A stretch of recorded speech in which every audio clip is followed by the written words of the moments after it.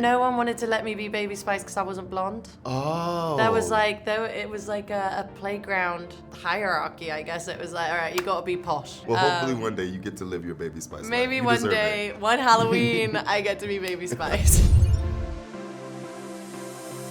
We have to talk about this album. Yes. Okay, May 3rd, Radical Optimism, your third album. How's this new era of Dua Lipa feeling? It feels good. I mean, it feels, for lack of a better word, radically optimistic. Think I'm gonna fall for an illusion. With every experience, I feel like I'm growing, I'm learning. It's been incredible. And what do you feel like sets this era most apart from the other two? I think sonically it's vastly different. I feel like there's also songs that are, more personal in a way that maybe people haven't heard from me before. Through the struggle, you kind of make it something optimistic. But then the juxtaposition, the feeling of optimism, that's always something that's run through my music. It's something that I really firmly believe in. I believe that I manifest a lot of the words that I write or that I sing, because they almost become like a mantra. I sing them every night.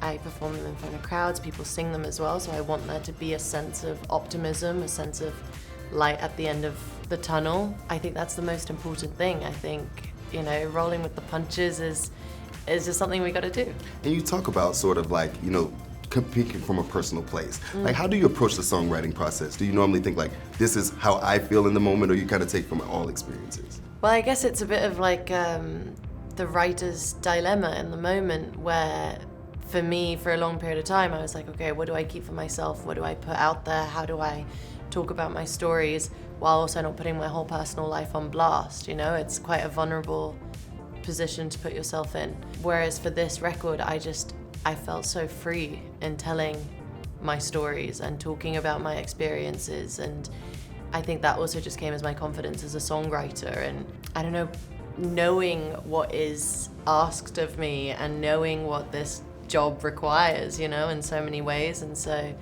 I think in that sense, I feel much more confident overall.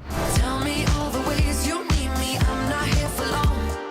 Catch me or I go Houdini. And you've said the title has sat with you for a while, like Yeah. over a year. So Yeah. what is it about this title that stuck out to you? I think just even throughout my last album and my last tour and the past couple years, it's like there have been so many moments where things haven't worked out the way that I thought that they would.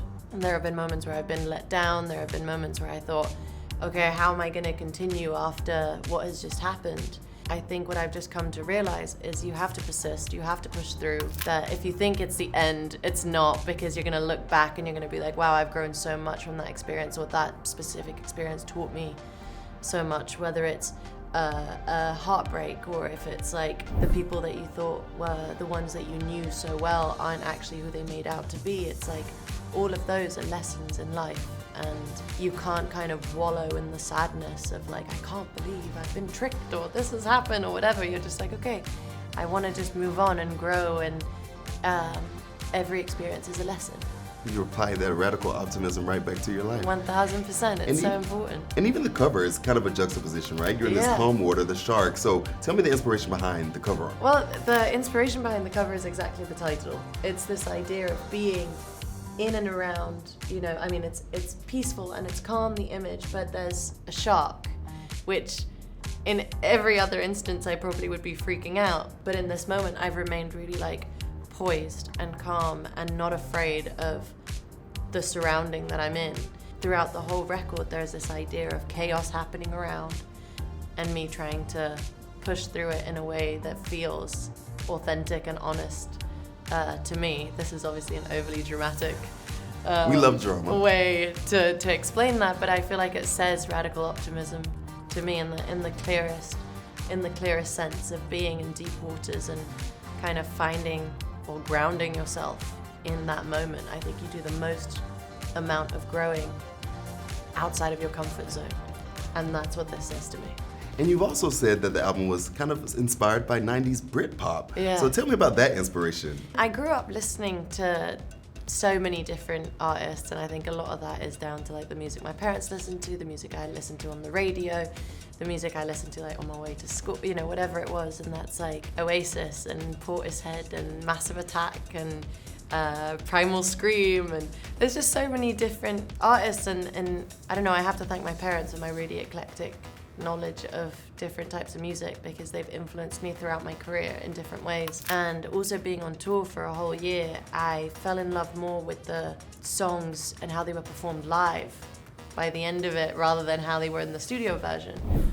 And so I wanted in the record to make this album more organic, and I felt like there's such a freedom and there's so much experimenting in that world of Britpop and psychedelic trip hop kind of thing that I was really inspired by, and I wanted to try do it in my own way, obviously infused with pop, like it's still a pop record in every sense of the word, but experimenting with different sounds. Well, you gave me a lot of research. I'm gonna go look up all those artists. Okay, cool. But I was thinking about Spice Girls. My brain goes there when I think of British pop. What Spice Girl were you growing up? Okay, so I always wanted to be Baby Spice. Really? Yeah, but that's shocking, actually. Yeah, to but me. no one wanted to let me be Baby Spice because I wasn't blonde. Oh. That was like, it was like a playground hierarchy, I guess. It was like, all right, you gotta be posh. You have to be. You gotta be posh. Well, hopefully one day you get to live your Baby Spice Maybe life. You one deserve day, it. one Halloween, I get to be Baby Spice. I wanna really wanna say And then the singles from the album, you went with Houdini and Training Session. Why did you feel like those represented this body of work? Well, Houdini first was like almost like a taste of the fun, dancey elements. everybody knows. Catch me or I go Houdini. It was a way of me trying and make a seamless transition from future nostalgia into this new record by slowly introducing like the new sounds, the synths, but also this element of a darker, dancey, underground feeling. And at the same time, it's that sense of radical optimism, even from the album artwork. It's me looking at myself with my tongue connected to myself, like through the reflection. And it's the whole song is about knowing your self-worth in the midst of maybe some wrong turns or whatever.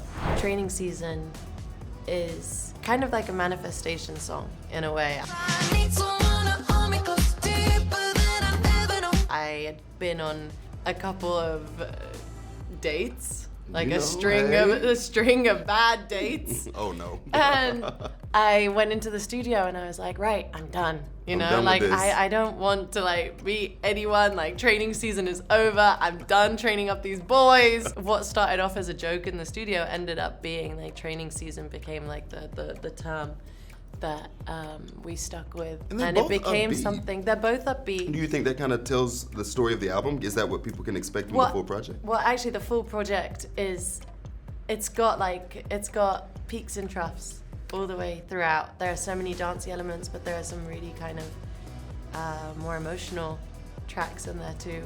Those vocals gonna be soaring. So I'm excited. I think you get a lot of the duality.